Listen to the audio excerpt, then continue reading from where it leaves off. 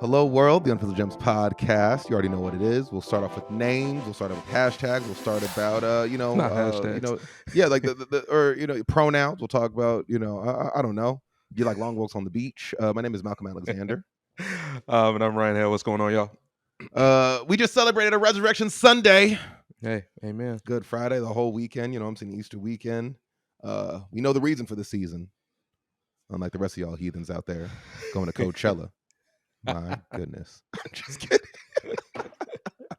Oh, man. No, should have been in the Lord's house. It should have been in the Lord's house. Actually, I had someone, a dear friend of mine, read me because I talked about, I said something, I'm like, man, I might pop up on church on Sunday because I really got to give him a good shout. And then I looked at the calendar, I saw it was Easter. I said, oh, I ain't going to go to church on Easter. Like, be around all the Creaster kids. Like, it's a super spreader event. And he looked at me and he put his hand on my shoulder and he goes, why is that not a time to go? Okay, you need it. And he went in on me about like, no, hey, good for him for you to go to church. He went in. I still didn't go, but I streamed it for an hour, and it was a concerted effort. So met him halfway. Okay, well, Hale, what about yourself, boss man? How was your Resurrection Sunday? What'd you do? Where'd you go? I was at church actually, so I would have never assumed that. Shocker. But I actually do video there, so I was there all day capturing the service, and then we had 3 services yesterday, which was cool. So a lot of people came, a lot of people gave their life back to God, which was dope. And then the kids had a nice little Easter production, which was cool too. So yeah, man, it was a good day overall. A long day, but a solid day. And then after that, just chill and relax. But be honest, okay? Because people love to gas up the kids, and I feel like that's how we're robbing kids. Oh, you're not gonna get me on here killing the kids. I'm not gonna do it. Nope. Here's the first segment right here, okay? Cut it up. We're gonna start the show. Okay, no intro. This is cold open right here, okay? Honesty with children. Are we, as adults, taking away from the character building of children by not being honest when they give mediocrity?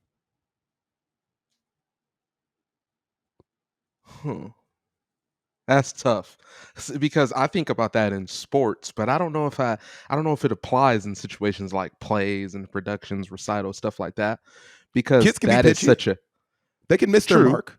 Okay, but I think that's such a learned not a learned skill. What am I looking for? Like when it comes to, you said pitchy, for example, like your voice changes over time, right? Like you're not even gonna come to your full voice till you're what? Yeah, but hey, what I mean? Get your ass up on the stage. I think that's more about effort. No. See, that's the issue because that's just it. We giving out participation trophies. No, okay? They give out participation trophies in sports. There's a clear winner and loser in a sports game. You can't give a participation trophy when you lost. There's a clear winner and loser. Look, there's not a clear winner or loser in a production. In a production, a musical. Look, let's take a musical. Okay, your kid has a terrible solo. It's pitchy. Like, okay, look, no, you missed it. You missed every note. You're gonna give that kid and you're gonna be throwing flowers up on stage, talking about like, man, that's my baby. Yeah, because it's about the effort. They went out there. They weren't afraid to fight the stage fright, and they got up there and they did their best. But what I'm not gonna say is I'm not gonna try to help them improve. I will do that. I will try to help them improve and help them get better, so the next time they're even less pitchy, and then it just goes up from there. I think it's hard to just say you were terrible out there today, like you can in a basketball game. I'm not saying I would tell my 5-year-old kid you were terrible in a basketball game, but I think it's a box score there. Like you can see you were 1 for 15, son. You can do better. You missing an entire solo, right? But is the equivalent of you getting sacked out there. I don't care if you ate either way. Okay, if you got knocked down on the football field and you missed a whole solo, to me they're the same thing. I'm gonna come home and be like, look, maybe it'll be different. Maybe it would be different if I could actually sing, and neither can you. So to say putting my ass out there, look, doesn't mean that I can't know when the notes ain't right. Okay? I know, and so can I. But I'm saying I think it would just be easier to criticize the kid if you actually were good at what they were doing. You get what I'm saying? So are you a superstar? Like if your kid was DJing, you could give them more accurate feedback than if your kid was a singer. What you gonna tell them? Was a little off. Okay, Dad, show me how to do better. Okay, Okay. But here's what I'm saying. Your kid's playing high school basketball right now, Uh-huh. okay? If them little niggas is hooping around Joe old ass by the time that y'all there, you know what I'm saying? Right. Are you of resume to be like, nah, here's what you need to do? No. I'm saying, okay, but if they're in high school, like I said, as you grow older, it's easier to critique. I'm not gonna critique a 5-year-old kid in a production though. That's what I'm Okay, saying. y'all If it's heard a high that. school musical, it's easier to. Hale is okay with mediocre children. No, Look, we're nah, gonna I didn't start say the that. podcast. Look, terrible uncle. I ain't gonna have my kids Malcolm around me. Look. Malcolm is a dance mom. That's what it sounds like. A dance mom, not even a dance dad. I'm there with the van, with the high seas and the Capri Right. Suns. I'm there with the Yeah, with oranges. those evil moms who critique their 5-year-old Yo, daughters. hold up, with the gushers. We sit there. Look, you see those pirouettes? You're right. I'm gonna need you. You're Look, giving no effort out there, You're Rachel. giving no effort. You're not giving, no, dude. It's gonna be me and just a bunch of moms living. They're gonna be sitting there. I'll be like, all you bitches, your children are terrible. Your children are ass. And Oh you see my God. baby out there. You see my baby. The worst part is it's actually gonna be happening You are before a I even have fool. a kid. I'm gonna just be pulling up on the dance recitals, talking shit to the moms. Your Oh my daughters suck. gosh. See the little black girl out there? She's killing it. They're gonna be like, is she Yeah. yours? No. I'm just here to Goodness critique the dancers. gracious. Poor children. Okay. Poor As a children. mom with a kid in elementary school, I have to say I am not mad when my kid does not want to participate or attend those plays because I don't want to sit through it. I'm just See? honest. Because we already know how bad it is. It's like, See? I really got to sit here and tell these kids like they did a good job because they did not earn those cupcakes at the end. Wow. That's Thank brutal. you, Sarah. Thank you, Sarah. That's Thank you. brutal. I think the best thing we can do for these children is to be honest with them. When they suck, tell them. You suck. Well, Do better. no kid production is going to be great. You'd be surprised. What kid production around the country is just amazingly talented kids all throughout? I mean, they're just some of the best singers of all time. What there's no production like that. Okay. You know what? Just wait. That's why we don't attend. Just wait. Just wait, Hale. Okay? There are. There actually It's are. about okay? it's about supporting your kids, and that's what I'm gonna do. Father of the year right here. Future father of the year, should I say? I want people think I got 10 kids running around. Claim it, Hale. Claim it. I need y'all to know for the people that are listening. My man is a potential father of 5. Okay, it's just 3 they're not here at the but max. They're here. 3 at the max. You sure about that? I only want 2, but I'll take 3 at the max. I can't. Yeah, wait don't till speak. you're married. Don't speak no 5 can't- kids into no, my no, no, life. no, I don't no. receive that. I can't. I just can't wait till you're married. I just can't wait till you're like, it's 3 max. Oh, it's definitely gonna be 3 max. Oh, okay. Look, 100%. he gonna take himself in early for that snip sip without telling his wife. He gonna come back You're like, so stupid. baby, we made a visit to the doctors today. Trust me, there ain't no kids coming out, even if you wanted them to. Okay, Oh we my crazy, gosh. and we got the podcast off on some fire energy. Thank y'all to everybody that is listening. Appreciate it tons. Hope you had an incredible, amazing Easter weekend. And as the seasons and the year evolves and changes, we got a new Kendrick Lamar album on the way. News that just came through as we're about to record. Look, y'all, I'm ready to get this thing started. I'm ready to get it fired up. Thank you to also everyone that came out to Capacity. There's just a lot, man. To Groove Theory, it was amazing. Just, I love all of y'all. Thank you. Hale, I'm ready to start the show. Are you? Yep, let's get it. Let's do it.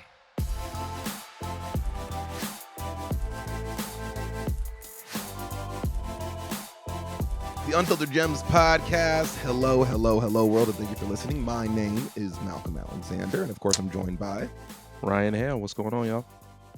Look, man, there is so much to talk about. As we mentioned, a very busy weekend. It's also been a busy week as far as news, stories, and culture are concerned. We do have to turn right now to Grand Rapids, Michigan, for yet another police shooting of an unarmed black man. Ryan, I want to come to you not only with your thoughts, but maybe potentially you can set this up, because there is footage of it, footage that you watched and I did not. Maybe we can also talk a little bit about that a little later as well. Correct.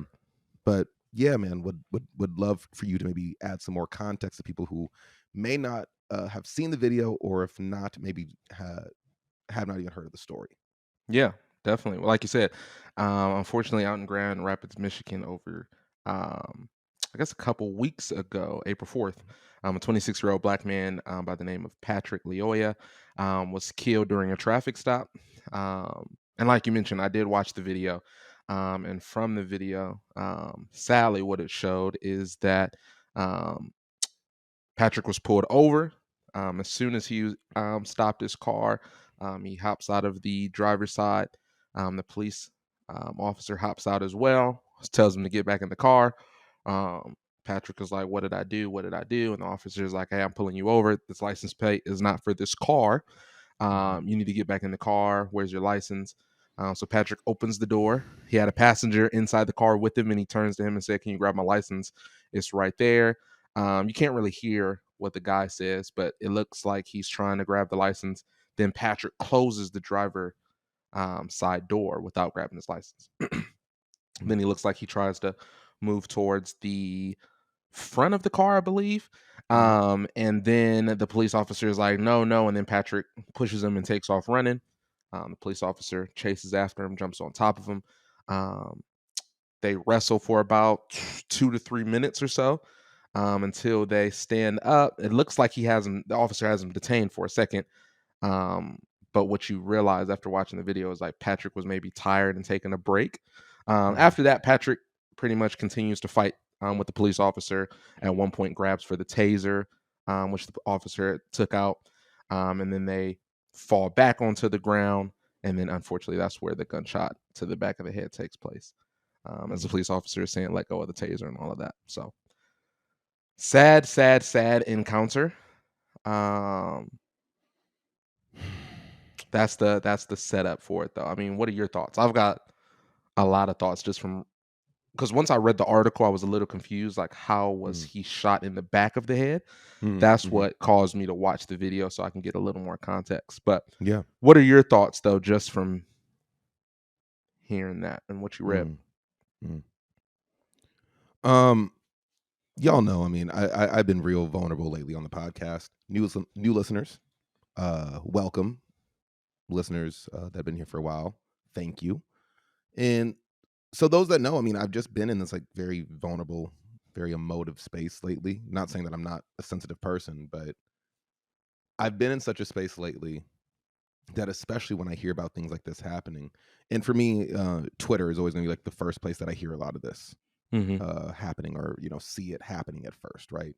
Where the videos that I do what I can because of where I'm at in my life, I just dodge the video right now. I saw it. Don't get me wrong. Like I saw it and just kind of like, so I'm piecing it together. But it's Black death and it's traumatic. It's not warranted. It's not needed. Patrick clearly did nothing wrong in this. Even from putting the Twitter threads together that I did, and I don't know if that's any better of like reading the visually what happened, because I read it on Twitter. I read what happened because I was like, I don't want to watch the video, but I read it. And kind of in the same way that you just explained it very well. This is how I read it, and I'm like, did I do myself any favors as far as my mental health to like disengage from it and to not really know what happened? So you feel But like it seems like go ahead. Sorry, it just seems like another lynching. That's what I saw first. That's what Interesting. That like I think as it came through, I'm dating myself, I guess, as a journalist, as it came through the wire. That's what it felt like. You know what I'm saying? He just a innocent Black man targeted for nothing. And my condolences go to the family, and you can disagree, that's fine. I guess I want your thoughts on it. But it's pointless, and it's just more Black death. It's more Black trauma that could have been avoided had we actually had a policing system that worked.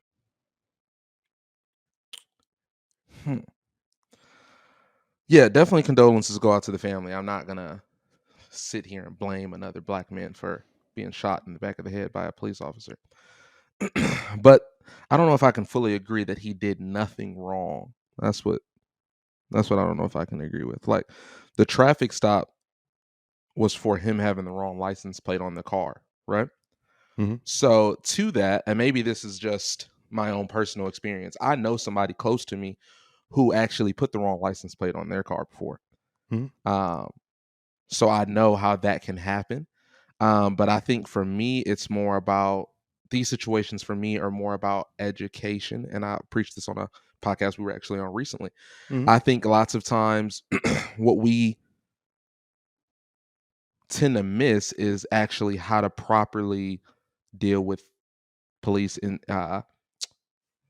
interactions, right? Like I think that we were privileged enough to be taught about how to handle police interactions, like when you're stopped by police. Like, would you have hopped out of the car? You get what I'm Would I saying? have? I'm gonna let you finish. It's Okay, not really that's for me fair. right now. I'm gonna let you finish. Okay, I'm gonna just let you go off. go ahead. But that's fair. I just feel like I don't see the need for a black man who lives in America, who knows how police interact, who know how police operate, who knows that lots of times we're going to be targeted just for driving while black, to give them more of a reason to take our lives. That's what I'm saying. Like for me, the best way to fight this is to fight it alive, not try to fight it from the grave, not try to fight it from a hashtag or fight it from a t-shirt. Like, and I'm not, like I said, I'm not blaming him for that, but I don't think the best route is to hop out of the driver's side car during a police altercation and then to run off and try to fight him and resist him, reach for the taser and all that stuff. Was the police officer's action of reaching for the gun and shooting him in the back of the head the right action? I don't believe so. But like I said, I don't feel like his actions of hopping out of the car was the right action as well. You get what I'm saying? No. Okay. Yeah, I knew you were gonna disagree. So Yeah, like you no, think it's just it's cool. You it's think cool. it's just cool that we know that the police are out here to kill us. So let me just hop out the driver's side car and argue with the police officer instead of staying inside, grabbing Hail, my license and hail, trying to go home. hail. The reason I don't agree with you is because it's incredibly subjective of what any one of us individually would do. Because No, very few of us. that's the problem though. It shouldn't be subjective. Like we have so many cases and so much education on this, on how to properly deal with police officers. Why is it subjective? So if Because I'm I'm angry saying that day, I have the opportunity to hop out with no weapon or anything like that, knowing how police operate. I'm saying incredibly calmly. It's subjective because we can all say what we think is the right thing to do. We're like, oh, we should comply, comply, comply. But nigga, when you're faced with a real traumatic experience, we don't always know what we're actually going to do. It's a trauma response. We don't Well, know the experience of what we don't know the full story of where even Patrick was. We don't know if that was his first, his second, his fifth. And also, like, as far as communities, I understand what you're saying as far as education. Like, what we got to do more education of what we should do and how we should best comply. But that argument literally makes what happened okay, and I do not think it's no, I don't agree solely with that. on. It's I don't think it's solely on black people to like make sure that we go by being the good nigga standard Nope, and that's not what I'm saying. where our like when our officers can't be held accountable. Like there's no reason an officer should have to shoot a black man in the back of the head for 100% having true. Yeah, an and that incorrect right. driver's license or No, I agree. license plate. I agree with you. And that's not what I'm saying though. I'm not saying that the police officer shouldn't be held accountable. I'm saying why would we put ourselves in the possibility of the situation where we're fighting with an officer? That's what I'm No, saying. and I get that too, but I'm speaking to a trauma. Like we can say, great, yeah, well, I wouldn't do that. You can say, Malcolm, well, you wouldn't do that. So Patrick put himself in that situation. I'm not saying that Patrick put himself in that situation. He just put himself in harm's way, is what I'm saying. He didn't pull himself over. 100%. He didn't stop himself. I know that. But at a traffic stop, there is a way to handle the traffic stop properly. You're not supposed to hop out of the car. That's just a fact. You're not supposed to hop out of the driver's side car. Are you? Am I wrong? Like, is there a different way to handle a traffic stop that I don't know about? It's not that, but you're arguing like a right and wrong way under trauma. Like I'm not arguing the right or wrong way. I'm my main arguing how to argument keep here. us alive. That's what I'm trying to argue. I'm arguing how to keep us alive. That's my only argument. How can we keep us alive when we are targeted? That's the only reason for me saying this. Are we going to be targeted? Yes. Have we been targeted? Yes. Have me and you specifically been targeted just for driving while black? Absolutely. But how can we keep ourselves alive knowing that we're going to be targeted? That's my only reason for saying that hopping out of the driver's side car, in my opinion, is not the right way to handle that situation. I see where you're saying. I'm not here.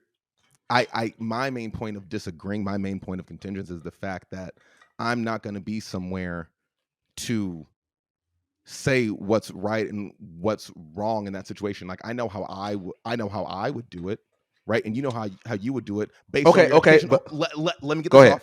Go ahead. Based on your experience and your level of education and all that kind of stuff. I'm saying we don't know what happened. Like we don't know the education or the community or whatever happened with Patrick. And so I can't. But you're literally making. Go ahead. So I'm simply saying we can sit here on our high horse and say, here's what we would do. Here's what we think is right. You know what I'm saying? He had no business getting out of the car. But like no one knows what they're going to do under trauma, dude. Like that was a trauma response. Like you don't know what anyone would have done. I think that's the hardest thing. It's easy for us to say, here's what we would do and here's what's right. But your argument literally seems to be making it okay. I understand that, like, yeah, he didn't pull himself over, but he put himself in harm's way. Like because of being pulled over, he was in harm's way before. So he was already. But to your point, then that he shouldn't have been pulled over. If that's what you're saying, if making a traffic stop, why? How do we even know that he was targeted for being pulled over though? At that, if we're just going off him just being pulled over, then any black person who's pulled over is being targeted, whether we're doing right or wrong. Exactly. So I'm saying immediately you're already like. I don't agree with that though. In harm's way, like I don't agree that every time a black person is pulled over that we're being targeted though. I don't think that's 100% true. I didn't say that. I said in this case. I'm saying based off what though? I guess is what I'm saying. Like based off what can we say that he was being pulled over by being targeted? I guess is what I'm saying. Because, and I do want to do what I can to paint this with straight fact, right, and not speculation. But from what I've been gathering about Grand Rapids, Michigan, like policing in the community there and where it really happened, this isn't the first. There's a lot of demonstrations that are starting to happen. People close to there, they now like they're saying that there's something happening a lot more heinous within the corruption of that department. And so I personally feel in this one space and this one instance, it seems like it's a target. And I'm saying that he was already in harm's way because, yeah, man, like you're talking about the phenomenon of driving while black. Like, so I just, it's very hard for me to sit and agree with you or to sit and be able to be like, yeah, like you just feel me. And like, he should have just stayed. Like he should have just been the good nigga and stood and sat in the car. I think just to say the good nigga is so demoting. It's so ignorant. That's not what I'm saying at all. It's not about being a good nigga. It's about trying to keep you alive. And that's just an ignorant point of view. Like why is that being a good nigga to stay inside the car? Why is that being a good nigga? Why is that being good nigga to just hand them your license without being aggressive? Why is that being a good nigga? But I don't think that's just ignorant. But that's ignorant to call somebody a good nigga just by staying inside the car to try to keep yourself alive. How is that? Look, because I'm saying in this instance, like you're making, I feel like how you've made sense of this thing is you found where he went wrong.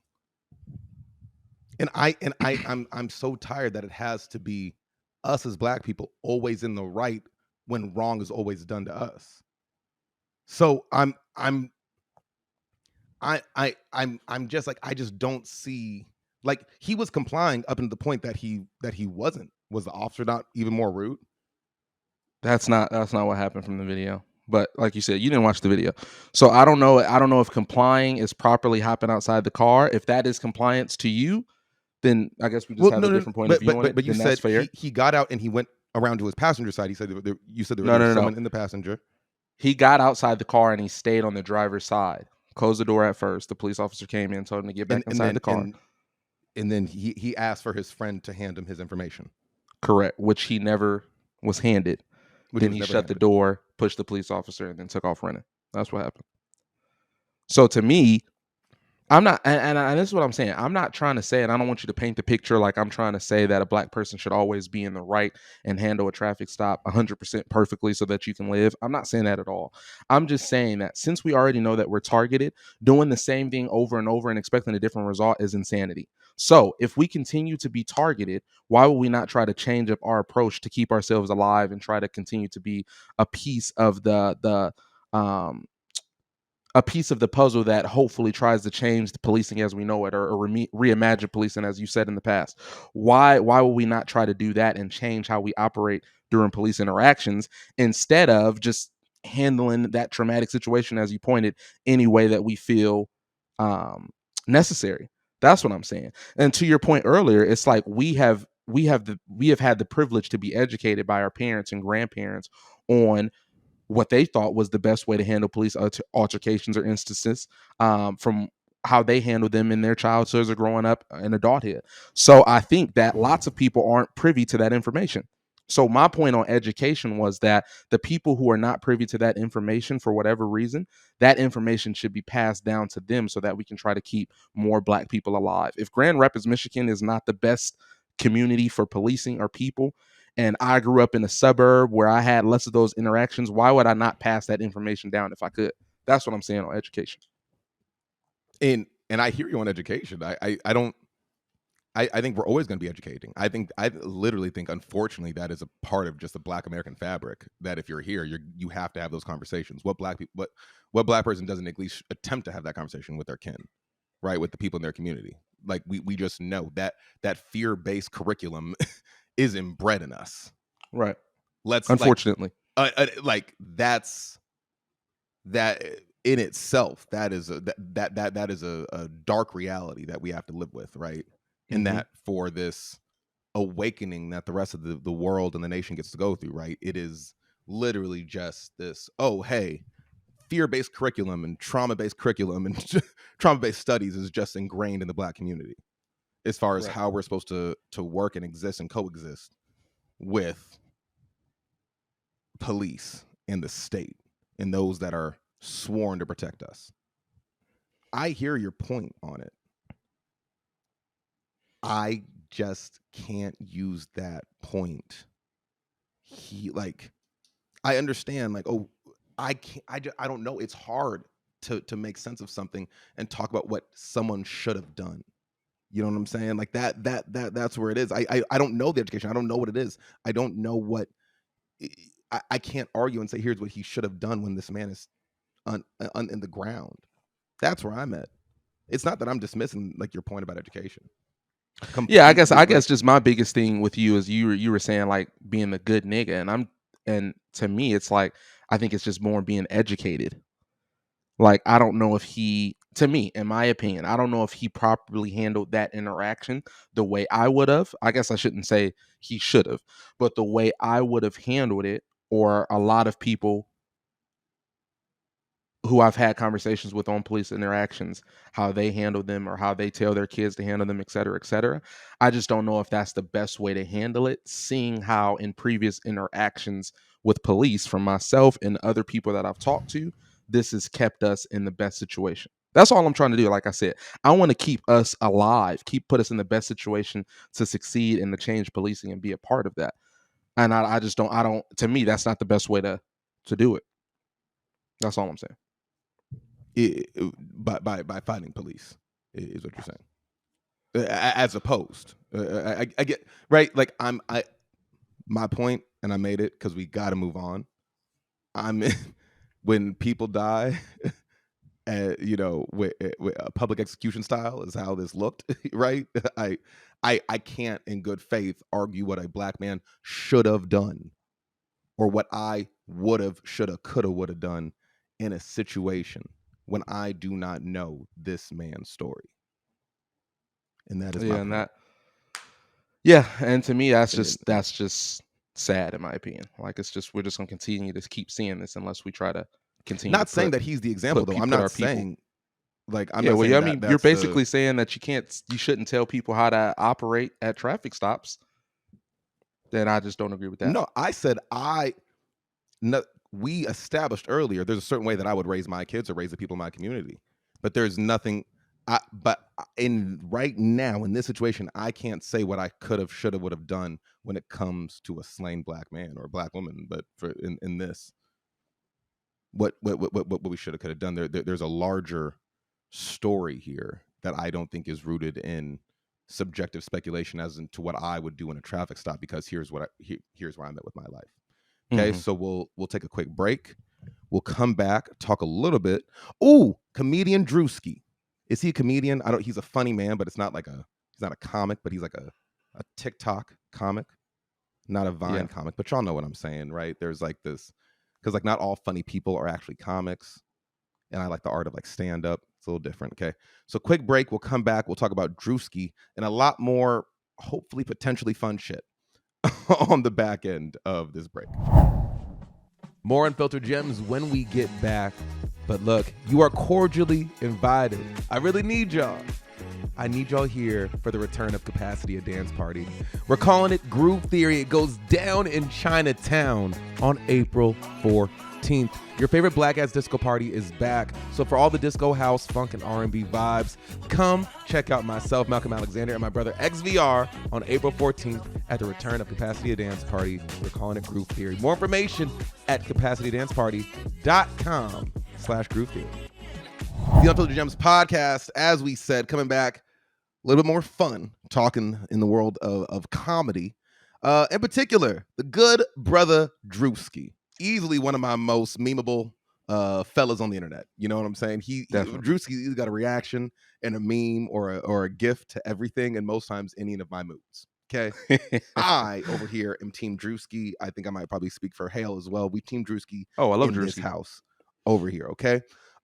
But he had Twitter divided last week over a recent video skit that he posted online onto, I believe it was TikTok.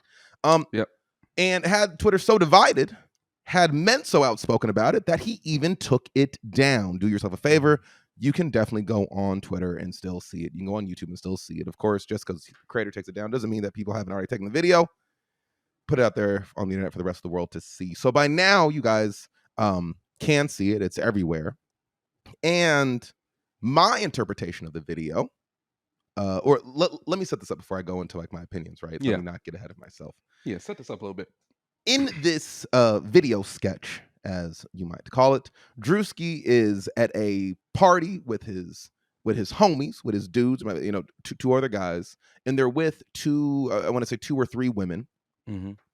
And the video was poking fun at most times men that are in the party that are being overly nice to women and encouraging them to drink, right? Always the simple liners of like, oh, wait, no, that's a baby shot. No, you need a shot that looks like mine, right? And then like pours a shot and it's triple what yours look like. Oh, no, you didn't drink it all. Okay, hold up. No, I know you got to go, but like, hey, like, come on, one more shot. Stop. No, just one more shot. Stop. No, but like one more shot, right? Sketch may be like 90 seconds long. I was not cracking up in the, you know, oh, there was a punchline and it's funny. Because yes, it was a little cringe comedy, but I was also cracking up because I have seen this type of behavior. Mm-hmm. I can't say that I've seen it from women for the most part, but I've seen this kind of behavior specifically amongst men, especially at alma mater. Haven't seen it so much in like recent years, but I'm just not really, I don't know. I have a very small friend group. True. Most times if I'm at a club or at a party, I'm DJing, you know, so I'm a little outside of the house party circuit. But this is a very common phenomenon that happens amongst creepers. And I think that's what this sketch is commentary on or satire on, right? Is the creepy men that exhibit messy and in part very predatorial behavior in trying to be buddy-buddy with women to get them to drink, to, of course, get them fucked up, and then potentially, of course, to get them back to their homes, right? Because I don't think any man is doing this and just like, cool, I'm just glad I got her screwed up, now I'm going to leave. It definitely doesn't go like that. And, of course, Druski is, making a point. By the time they're towards the end of the video, he's more touchy, he's closer to them. Had a lot of men mad as shit. Which showed me just how nasty a lot of y'all niggas are out there. Come on. What offends you reveals you. Boom. Yep. Because there was also a lot of men that saw it and were like, I've seen that before. Yeah, exactly. Leave it to Druski to really talk call about y'all out. Nasty. Right. Yeah, to call y'all out. Hell, why do you think men were so mad about it? Like, men were livid, dog. Like, men were really like, oh, Druski, you cap, dog. Oh, this this shit wasn't even funny. Bro, why? Because he wasn't making the same low-hanging fruit jokes that y'all like all the time? Exactly. Like, Druski in most of his sketches is always poking fun at somebody. I think the problem for those men who are upset is because now the finger was being pointed at them. It's now you saw yourself in those characters, and now you're probably feeling bad or feeling like, oh, that's not how I be acting or whatever. Oh, don't be that bad. That's why you so upset. Because regular men like myself and you as well, we saw the video, weren't offended by it. No, was like you said, it was cringy comedy, to your point. Yes. But it was still like something that actually happens. It was a reality. It wasn't like he was reaching or anything like that. It was it was very those same lines. I've heard those same lines. Oh, like, absolutely. I wish I could say more of it was like dramatized. Like, oh, he was being extra. Yep. No. This one time, actually, he wasn't being extra at all. Most times, actually, Druski is hilarious, and sometimes he exaggerates. But lots of times, he's kind of spot on with his stuff and how he acts and stuff like that. That's why I think we've come to love him, is because he's very relatable. Like if you're not that person, you can see somebody in. Is it a Supreme Dream, Marcus? The Supreme Dream is also good, but also oh gosh, black dude from Atlanta. I saw him at a comedy show too. Skinny black guy. Lakeith? What is his name? No, not Lakeith. I gotta look him up. But those three come to mind as somebody who is actually relatable when it comes to comedy. So I think that's why guys are mad. 100%. Yeah, I think that's why they were mad. Out. Yeah, I just I just want to know, like, and I hate that Druski took it down. Yeah, because maybe he did, just because it did seem like a place that his fan base could have, I don't know, I don't want to say like revolted, but maybe he felt like he was losing a lot of his his fan base, you know what I'm saying? Right. Just, okay, let me take down the stuff that isn't making people feel great. Exactly. Which could be it too. Yeah. But I really want to know why. I was talking about Desi Banks, by the way. Desi. Parlay, yes, sir. Parlay. Yeah. Parlay. What is Parlay? So, yo, Desi Banks is my... He's hilarious, bro. Oh, my God. Desi is hilarious. But, yeah, hell, what, like... some people were also, being like, oh man, that's rapey, it's rape culture, or all that kind of stuff. Like, what's your gauge on maybe what he was really showing, and do you feel like a video like that, and maybe comedy like that, is it harmful, or do you think it actually does good as far as like bringing awareness to something? I think, like I said, Druski's sketches most times are relatable, real stuff. Like, I've seen a sketch of him just being a sensitive dude, where his girl had a lot of guy friends and he just was upset about that. Not saying that she was doing anything wrong. He was just upset. Like a lot of guys be, sensitive. You know what I'm saying? And I think that he just plays characters like that people can relate to. It's not, like I said earlier, it's not far-fetched. He's not reaching. And that's why these guys are mad, because it's something that actually happens. So I think for this, it actually does more help than harm. I don't think he was promoting rape culture. I don't think he was saying, he didn't say in the video, I'm trying to take you home. And he wasn't saying anything very ignorant or over the line, in my opinion. I think that he was just saying, like you said, a lot of stuff that we've heard from men, and most of these men who are upset. So I think if anything, it caused these men out, even if they're not out here saying, oh, that's me. Your actions and how you respond and how you upset you are is pointing. Exactly. It's showing who you are. Bam. Because I waited, because I saw the commentary before I saw the video. So at first I was like, ooh, same. Mind you, but me seeing commentary about men being mad at rape culture, I already knew I was probably not going to agree with half the men. Like, just because I'm just like, where there's smoke, there's fire. Like, True. y'all know, like, I'm not saying that I'm not the all men are trash camp. I'm not. No. But a lot of y'all niggas is questionable. Like, sorry, like, you know what I'm saying? Like, it's just what it is. Like, I know that myself and my existence, like, I know that my exception does not make the rule. Hales and I exception does not make the rule, and I'm not going to go there all the time when I hear women talk about how trash men can be. My first thing is, well, I'm not. Well, me and Ryan Hale, we're not. Me and you know what I'm saying? Like I like, because you sound like a head ass when you do it. Also, but because I do listen to women, I have a lot of close women friends, and then the reason I love this sketch is because I think men need to hear this from other men, because sometimes men, y'all have rapey niggas around you and you don't even realize. And I think Druski the dialogue of it was actually so straight to the point that I'm like, more men need to hear how that sounds when they're not in a place that they're probably trying to hit on that girl that your friend is, you know, being real predatorial over. You're probably interested in her friend, and you're not even registering that your man is like saying some real weird shit or just moving funny. Right. Just straight moving funny. You know what I'm saying? And you know, we're always, Hale, you and I talk about accountability all the time. We got to be in a place to hold them accountable. And I never thought I'd, you know, be kind of speaking in a heroic kind of tone of Druski, but I'm like, man, this Druski is literally holding men accountable. in a way that's not too aggressive. It's not like he did a whole speech on, like you said, men are trash. He just made a sketch. And men showed themselves, as we always do. So I don't think it was a problem. I would love to hear from you, though, Sarah. Obviously, you have a different lens from this, being a woman and being somebody who obviously went to college and probably were in some of these situations, environments and stuff like that. Yes. Exactly. So what was your thoughts on this? Actually, I agree with you and Malcolm a lot. I didn't take offense to it. I don't think he was way out of the way with it. I think he was really spot on with it. Women, pay attention. He's educating you. Men, pay attention. He's educating you. Like, I really think that sometimes we don't really see what's happening when you're outside and you're at a party and just like, oh, you know, whatever. Like, that's what these men are doing. This is how they get away with it. And as women, when we're younger and we're like, don't really know what's going on, it's like, oh, he just revealed a secret. It's kind of like when Steve Harvey came out with his book and everybody's all mad at Steve Harvey because he's like, oh, you know, there's a 90-day think like a man. Right, you know, he just told the truth. And you mad because he told the truth. That's exactly how I felt about this one. So kudos to him. Glad you put 100%. It out there. I don't have anything bad to say about it. Yeah. A lot of y'all men's is weird.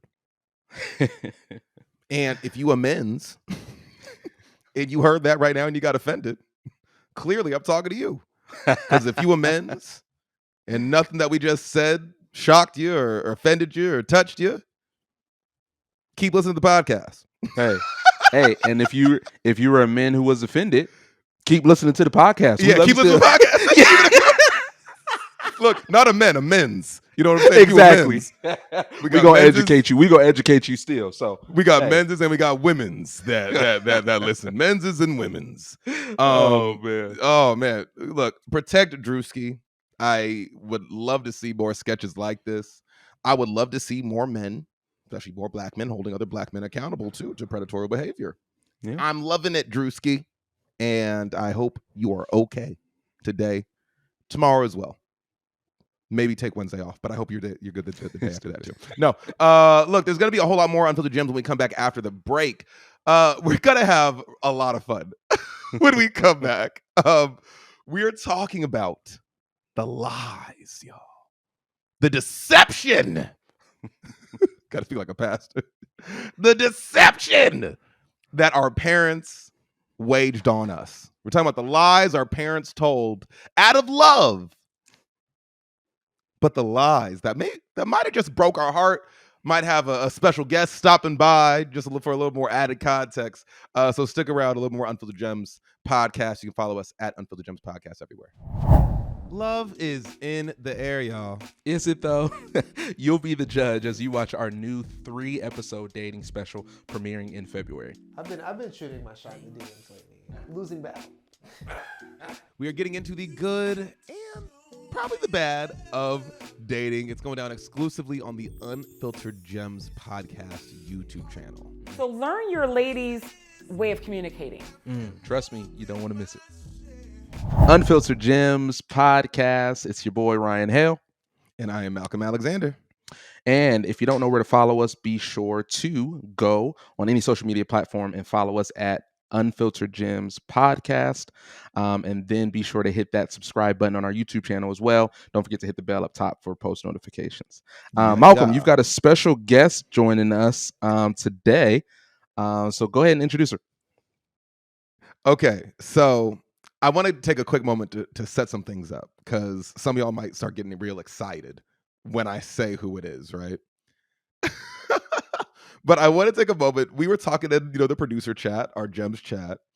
We shared that one video of the girl who was coming off of the Novocaine, not the Novocaine, but you know what I'm saying, the Lucy gas from getting anesthesia, her bro. removed. Anesthesia, bro. I know that. I said the Novocaine. I said the Novocaine. The Lucy gas. The Lucy gas. I said she coming off LSD. I am somebody uncle. Pardon me, man. Okay, but we saw that video and it was so funny. It just really had our chat in stitches. With this young lady who found out that her mom had was buying, store-bought lasagna instead of cooking it homemade, right? Instead of making it homemade. And she was so dramatic. She's like, "You really, somebody? You've been lying to me." It was just buying lasagna. Like it was. Yo, I hope she is okay, and I hope that lady is getting all of the. I hope she's getting all the love she needs, and I hope she's getting all the homemade lasagna that she deserves. Okay, but it had us thinking about the lies our parents told to keep us happy, right? Not like dramatic lies, not you. This isn't your real dad, right? Like nothing said, like nothing tragic, right? But those little tall tales that your parents might have told you out of love, right? And it had me or think so of they one, or so they say. But this shit cuts, man. Shit cuts. Can break hearts out here. So y'all know her, y'all love her, y'all know what it is. I'm joined today. Ryan is joined today. Sarah's joined today, man. The whole Unfiltered Gems podcast is glad to have my mom back here on the podcast. My mother, Dawn Brinkley. Mom, how are you doing today? Calling in.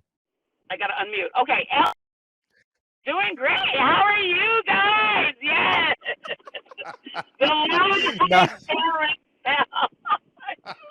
Not you coming in saying I gotta unmute. Okay, I gotta unmute myself. Oh. Not you walking yourself through the steps. Yeah, okay, and unmuting and. I am so sorry. Look, it is what it is. I'm that parent, right? Okay. Okay, so we're gonna set this up, right? We set up with the girl who went to the dentist. She had the anesthesia. She's coming down, right? And the biggest lie her mom had told her up to this point is clearly that her mom buys store-bought lasagna and does not make it at home. Okay, Mom, I need you to let the people know about some very, you might call it loving, but some deception that you had on my life, right?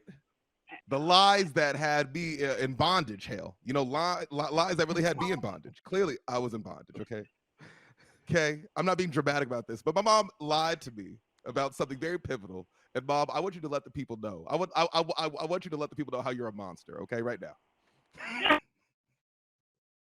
Malcolm, you are isn't he? Oh my God. Okay, so look, I that like I have that one. Whenever my kids do so. A very a time that he was all into spy games, spy kids. Everything was spies, right? So I bought him a spy kit because that's what he was into. I had to say he was 9 years old, something like that. And so you tuck him in a bed and you start telling a story. You tell him stories. And I simply said, you know what? I worked for the CIA. And I just, I said, no. And I go, yeah. I'll tell you a lot because I was undercover. It's secret. You can't know a lot about it, but, but I said that, there were certain, risks that I. Okay, good. So no, I know he was. We got him the nighttime goggles so he could spy at night and see things that regular people couldn't see. And so he wanted to look into the neighbors, what was happening there, and I taught him how to just do the blinds just a little bit so that you could see what's happening in the neighbors. And I told him the things to look out for. But I would be doing it. I'd have like the little listener joint. I'd have the little like Yeah. super sonic thing. And but the way she would do it, the way she would keep the lies so subtle is that she would be like, no, but you gotta pick the blinds like this. You'll get better reception with the hearing, John. If you like, she would give me all these things. So it's like it's just feeding into it. I'm like, oh, like obviously she would know. She's a world-class spy. Now you guys got to understand. I'm thinking that Malcolm is on the same page as me, that we both know this is a game, right? So I didn't know that he was taking it really that serious. So we're at Disneyland with my mom, the Nins. You guys all know her and love her. And so we're about to get on the railroad train at Disneyland.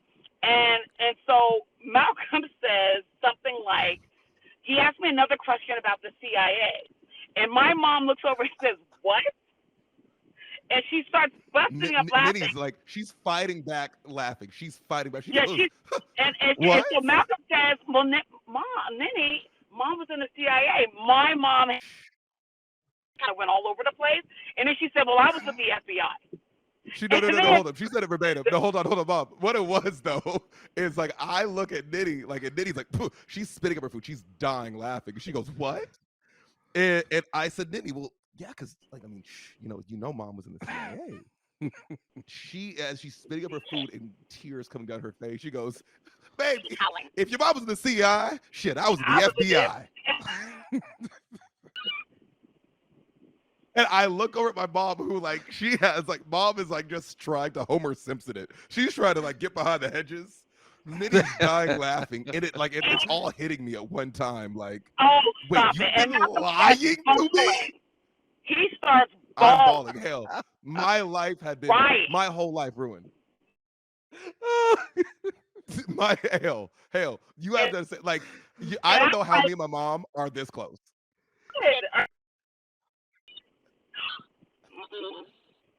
Right, I think frozen. But however, I felt so bad. I felt horrible for a long hilarious. time. But yeah, so that was just one of them. Not a long time. That's one of many. What a minute. No, like that was, but that was, I think, the penultimate lie. That right there, that took the cake for me. My mom was like lying about being an operative for the Central Intelligence Agency. That is. Oh, I was. But had me wrapped around her finger. She's like, I got some good intel. And then, but here's where mom's doing too, because like, mom also loves good espionage films, so she would say certain words and certain things. You know what I'm saying? Because like, she's a Mission Impossible head. She loves, she loves the Bruce Willis espionage genres, and she likes period films. She likes old Sherlock Holmes shit. Like mom is into the espionage life. So like exactly. So that, like, she loves Spy Kids with me, and so it was easy for her to feed this lie to me because she loved the lifestyle so much. My mom lied to me, y'all. Okay. Oh my God. Mom. I didn't know she was going to start crying like that. I was a bit shocked. I was shocked, actually. I thought my mom was a lot cooler than what, like, she really was. I mean, like, you're dope, but like, Jesus, Mom, I thought you was doing backflips, had some martial arts training. I thought there was a thing, you know? That is hilarious. I think that. I'm sorry, baby. I'm like, it is what it is. It was fun while it lasted. Your mommy's not perfect. But it was fun stuff. You had a good time. You had a good time, though, right? They had a good time. Bob, well, thank you for thank you for calling in, Mom. I know you were out saving lives, doing your thing, holding it down as the nurse. So, look, go ahead and go it on. You have been forgiven. It took some time. Okay. but Okay. I found it in my heart to forgive you, Mom. So Oh, thank well, you thank you so so much much. I for appreciate thank you. Okay, I'm I- gonna let the applause come in and play Bye. See you, Miss out. You Brinkley. too. Oh, that's funny. The one that Oh my God. my mom was always a little too honest with us Oh growing up. no. Oh no. Yeah, so she was very honest. So we talked about the recital earlier. She was the one that could do a little better. So she See? was really See? That's why you don't like my take on critiquing your nah. children. See right there. But the lie that sticks out to me from, and this was sparked from the lasagna video that we talked about earlier, Mhm. was that growing up at Thanksgiving dinner, obviously, I thought that I had a regular Thanksgiving just like everybody else. You know, stuffing, mac and cheese, greens, ham, and turkey, of course. But years later, You didn't say dressing. oh, I did not say dressing. I said stuffing. What is happening to me? Hmm. Yeah. Hmm. I think somebody's self-correcting. You're stupid. Bro, I don't know why. That just perked my ear. I said, did this black Literally. motherfucker just say Oh my gosh. But stuff? forgive me. Forgive me. For I know not what I say. I don't know what I say. Lord, guide my tongue, because I just don't know what happened. So continue on. No, You definitely have dressing. your whole, Thanksgiving Whole meal with- Thanksgiving spread, right? Yeah. And so years later, I am at the age where I'm taking out the trash and I'm tying up the trash bag, and I see a The I can't cranberry remember if it can. was a Cornish hen or some kind of Oh. like chicken wrapper in the trash can. And I'm like, Mom, what is this? Yeah, Where's yeah. the turkey or whatever? And she's Yeah. like, oh, it's in the oven. I'm like, Mom, I don't see I see what's this chicken wrapper? And then she goes to tell us that all turkey, we've just had chicken that she baked in the oven. So Come for on, years, Joy. I never tasted turkey for years. So yeah, that was one lie I had. Oh, that's good. Man. That's good, man. Too funny. I really hope y'all got a kick out of this one. Like, I really gotta know, for those that are listening, like, please drop us some voice messages, okay? Just on our IG, @ For the Gems Podcast. If you have some of those good lies, I never thought I'd say this, but good lies our parents told us, I want to hear from you. Like, I really gotta know, because like these kind of stories, like, just make my day. Like, whatever I think about my mom and the whole spy thing, I really get a kick out of this, and it really makes me think, like, reasons why we have those positive memories, with our Right. parents. Because Yeah. like, you grow older and you realize, like, damn, how much your parent, even my mom probably wouldn't say it like that, because again, she thought I was in on the joke. Yeah. Like, but it's like the things that your parents will do just because they love you. Exactly. Like, they'll really entertain your ass. You know what I'm saying? Like that's They gonna be will. something. Like, I don't know. I think, and there's a point at which I'm like, man, I can't wait till I'm older, and there's gonna be something. There's gonna be something. I don't know if it's by this time, Marvel's gonna have 20 phases. I'll be like, hey, there's all variants now. But I can be like, hey, man, I used to be an Iron Man. Like, Dad, no, like, yeah, man, like I wasn't Tony Stark, but I was like Malcolm One of Alexander, them, Iron yeah. Man. I was one of the many Iron Mans. So I wasn't from that Oh my universe. I God. was actually from, that's who I am. So Right. they're gonna see technology around my house. Be like, Dad, what? Why do you have Poor Thor's kid. hammer? Right. He don't know it's just Alexa talking to you. You think it's You think it's Jarvis? Think about sitting there like, hey, because you can change the name. So I'll be like Jarvis. Yeah. I'm gonna come around with a little helmet on sometimes. oh my God. Baby gonna be looking at me like, Dad, what is going on? Oh, That is too funny. you weren't supposed to see this. I gotta go to work. Dad, but I thought you. They were called me back DJing. in. They call me back in. I gotta go fight with the Avengers. Oh Son, my gosh. I'll be back by the morning. That kid gonna be thinking I'm one of Earth's mightiest heroes. Golly. All right, but look, we had to close the show out with we're hard today. We started so heavy. Yeah, we did. We did. We started real funny. heavies. It's funny because our producer at the first break was like, "Are you guys still going to be friends?" And we're like, Said, "Oh, this isn't our first rodeo." Yeah, not our first rodeo." I'm like, "Hey, a callback to Mental Notes Live. If y'all need to go back to Exactly, another yeah. policing But look, to when Hale puts me in the hot seat with a whole ass police officer and be like, "Yeah, Malcolm, so talk about how much you hate police." Yeah, like that's what he threw me out there. That is not how that show started. That's oh how the my show started. gosh! Go to YouTube right now. Mental Notes Live. You're gonna see me with a very large, incredibly large, very big guy. Yeah, beige police officer, and Hale put me up against this man and just been like, "Hey, tell me how you don't like this man." And it was just not the truth. But hey, great show nonetheless. Hey, great episode. Look, it's swept award season in my house. Yeah, in my house.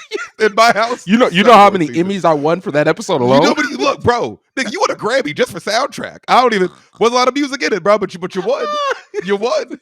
My god. At Unfiltered Gems Podcast, every single place. Family and friends, we can't wait for you to be back next week with you. This has been a great episode. Really, always love the time. Thank you to Sarah. Beautiful episode. Hale, thank you to yourself. Thank you all the listeners. All the listeners, all the viewers. Do all the things. Yeah, do all the things. And if you're viewing us, if you're watching us, as you should be, make sure that you hit the subscribe button up top and hit that bell for post notifications as well. Yeah, man. For Unfiltered Gems Podcast, my name is Malcolm Alexander. And I'm Ryan Hale. We'll see you guys next week. Peace.